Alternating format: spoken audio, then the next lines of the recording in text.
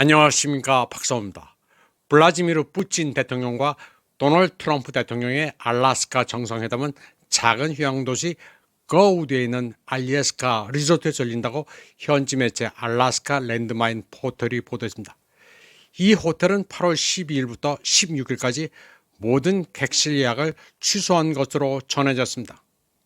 알래스카만큼 러미 간 상호 이익이 되는 협력의 정신을 분명하게 구현하는 곳은 거의 없습니다. 1737년부터 1867년까지 광활하고 인구 밀도가 낮은 알래스카는 러시아령 아메리카로 불렸습니다. 유라시아 중심부와는 분리되어 있지만 러시아 제국의 준외국이었습니다. 차르 알렉산드르 2세가 알래스카를 720만 달러의 미국에 매각하기로 한 결정은 19세기 가장 논란이 많았던 외교적 거래 중 하나였습니다. 당시 상트페테르부르크는 만약 알래스카를 방치한다면 러시아의 주요 경쟁자였던 대영 제국의 손에 넘어갈 가능성이 클 것을 우려했습니다. 워싱턴에 알래스카를 넘긴 것은 나약함의 표시라기보다는 태평양 지역에서 러시아의 야망과 아직 충돌하지 않은 미국과의 미래 관계에 대한 계산된 투자였습니다. 20세기의 이 상징적인 연결은 새로운 의미를 갖게 됐습니다. 제2차 세계대전 중 인구 3만 명에 불과했던 페어뱅스는 소련의 항공기, 장비, 물자를 공급하는 미국의 대규모 군사 원조 사업인 랜드-리스 프로그램의 주요 거점이었습니다. 알래스카의 비행장은 미군 항공기를 동부 전선으로 수송하는 주요 경로 역할을 했습니다. 오늘날에도 알래스카는 미국에서 가장 러시아적인 주로 남아있습니다. 19세기의 종교적 자유를 추구한 정착민의 후손인 구교도들이 살고 있으며 정교회가 운영되고 있습니다. 또 니콜라이프스크, 보즈니센스크, 러시아 강으로 연결되는 어퍼 러시안 레이크와 로어 러시안 레이크와 같은 지명이 있습니다. 트럼프는 유럽 대서양의 수도에서 수천 마일 떨어진 알래스카를 선택했습니다. 이는 국내 민주당 경쟁자들과 키예프의 이익을 위해 행동하며 잠재적인 돌파구를 훼손하려는 나토 동맹국들과의 거리를 강조하기 위한 것입니다. 또 실용적인 측면도 있습니다. 알래스카의 낮은 인구 밀도는 보안기관이 테러 공격이나 연출된 도발의 위험을 최소화하는 동시에 국제형사재판소의 체포영장으로 인한 법적 복잡성을 회피하는 데 도움이 됩니다. 미국은 2002년 로마 규정에 대한 서명을 철회했으며 자국 내 국제형사재판소의 관할권을 인정하지 않습니다. 8월 15일은 날짜도 좋습니다. 러시아 직접 투자기금의 수장인 키릴 드미트리예프는 8월 15일이 그리고리 역에 따른 성모 승전 대축일이라고 말했습니다.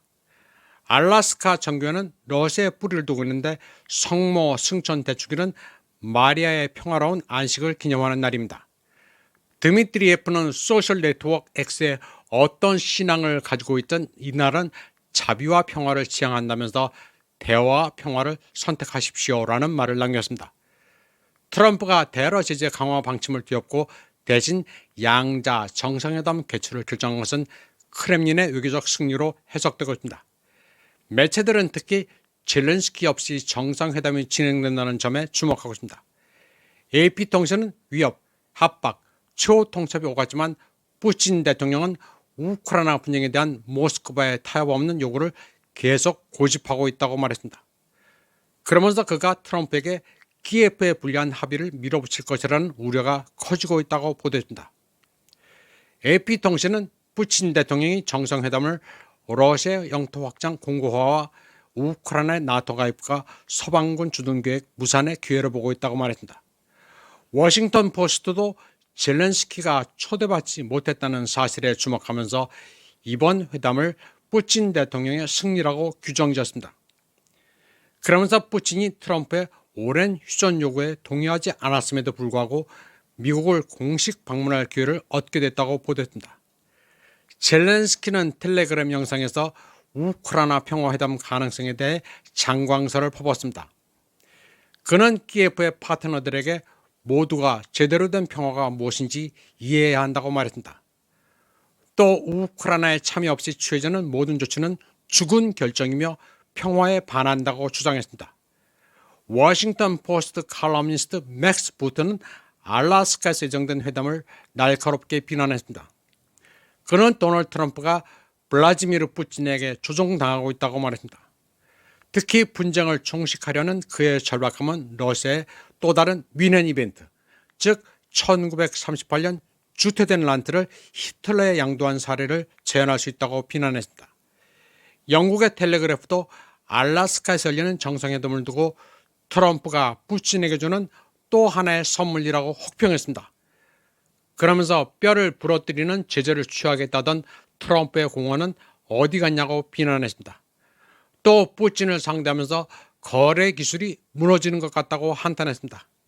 하나 분명한 것은 젤렌스키가 모든 타협안을 거절할 것이기 때문에 정상회담에서 휴전 관련 대화는 하나만하라는 것입니다. 분쟁은 분쟁대로 가도록 내버려두고 두 정상은 양국 간 자원 개발 협력이나 논할 것으로 예측됩니다. 종전 빅딜 같은 것은 없습니다. 어차피 전쟁은 끝물이니 가만 내버려둬도 끝난다는 게 두 정상의 판단입니다. 이번 방송은 여기까지 하겠습니다. 시청해주신 여러분 감사합니다.